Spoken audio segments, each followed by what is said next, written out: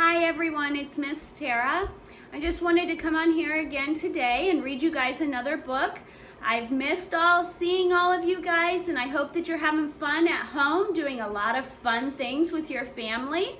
So today I'm going to read Curious George Feeds the Animal by Margaret and H.A. Rays.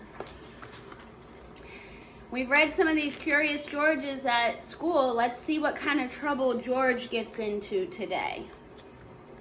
This is George. George was a good little monkey and always very curious. One day George went to the zoo with his friend, the man with the yellow hat. A new rainforest exhibit was opening and they wanted to be the first ones in.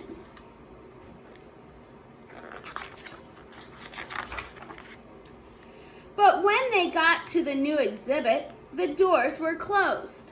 "We will have to come back later, George," the man said. "Why don't we visit the other animals while we wait?" First, they stopped to watch a zookeeper feed the seals. When he tossed little fish in the air, the seals jumped up to catch them. Then they barked for more. It looked like a lot of fun to feed the animals. "Would you like something to eat, George?" asked the man with the yellow hat. And he bought a snack for them to share. When they stopped to see the crocodile, George remembered how the zookeeper had fed fish to the seals. He was curious. Would the crocodile like something to eat? George tossed him a treat, and the crocodile snapped it out of the air. Next, they visited the koalas. George thought the koalas were cute. Here was a friendly one. She was curious too. She wanted to see what George was eating, so he held out his hand to share. It says, "Don't feed the animals," but George is feeding them. George shared his treats with an elephant and a baby kangaroo. George was making lots of new friends at the zoo. The lion was already eating, but the hippopotamus tried a snack. Next, he gave a treat to an ostrich. Look at the zookeeper trying to figure out. Then George saw the giraffes. What fun to feed a giraffe! Giraffes usually have their heads high in the trees, but George could see these giraffes would be easy to feed. How do you think he's going to feed them? But as soon as he held out his hand, a zookeeper came running. The zookeeper looked angry. Was he angry with George? George didn't know, and he didn't want to stay to find out. He slipped away. And the giraffes were happy to help. Oh, he slid down the giraffe. But where did George go? He was trying his best to hide, but little monkeys can't stay still for very long. When George wiggled, the zookeeper was waiting. "I see you," he said. Just then, another zookeeper hurried by. "Come quick," she yelled. "Someone saw the parrot." The first zookeeper led George to a bench.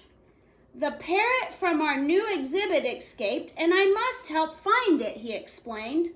He told George to wait for him there, and before he left, he said, "Don't you know you're not supposed to feed the animals at the zoo?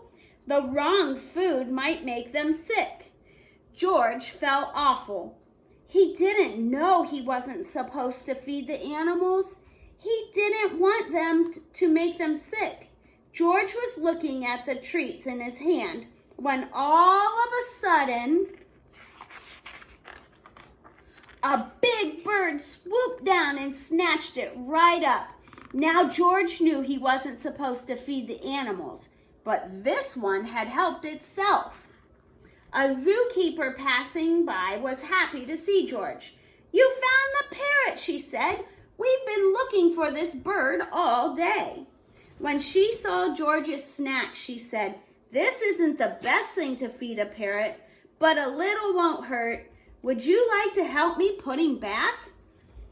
where he belongs? George was glad to help after all the trouble he had caused, and together they went back to the exhibit.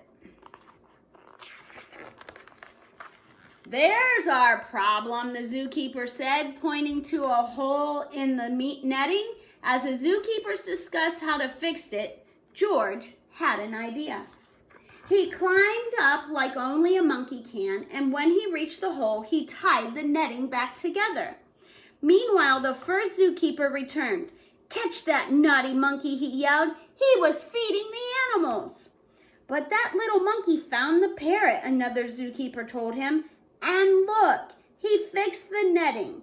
Now we can open the exhibit." When George came down, all the zookeepers cheered.